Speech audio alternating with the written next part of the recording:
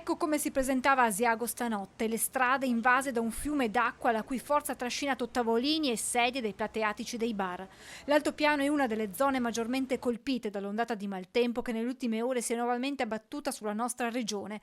Forti piogge accompagnate da violenti raffiche di vento hanno interessato il Vicentino, la Pedemontana Trevigiana e il Bellunese. Ad Asiago e Gaglio una sessantina le chiamate arrivate ai vigili del fuoco impegnati fino all'alba per allagamenti di strade, negozi, scantinati, garage e locali sotto il piano stradale, causati dalle forti piogge torrenziali che hanno provocato anche l'esondazione di 2 torrenti.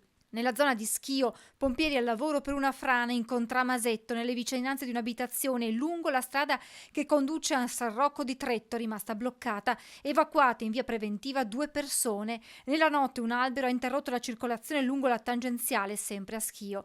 Allagamenti anche nel Veronese, a Peschiera, a causa delle difficoltà di scarico nel Mincio, per la cui sistemazione sono intervenuti i volontari ANA di Verona. Spostandosi nel Bellunese, nella frazione di Moline, nel comune di Sovramonte, si è registrato uno scarico di materiale detritico che ha interessato la regionale 50 del Passo Rolle, chiusa fino alla rotatoria per Canal San Bovo per acqua e detriti. Vigili del fuoco e tecnici di Veneto Strada con una pala gommata hanno liberato la via. Analogo intervento anche dalla parte trentina con un altro mezzo, movimento terra. Pompieri al lavoro poi nella frazione di Arina di Lamone nel Basso Feltrino per un altro movimento franoso. Anche in questo caso è intervenuto un mezzo di Veneto Strade per liberare le carreggiate. Altri smottamenti sono stati registrati sempre in provincia di Belluno insieme a danni agli edifici. Violente raffiche di vento accompagnate da piogge e grandini hanno colpito invece la Marca Trevigiana tra Farra di Soligo, Valdobbiadene e Cavaso del Tomba, Pederobba. In queste immagini la situazione a Valdobbiadene, impressionante la forza dell'acqua che scorre lungo le strade del centro e scende come cascate dalle scalinate.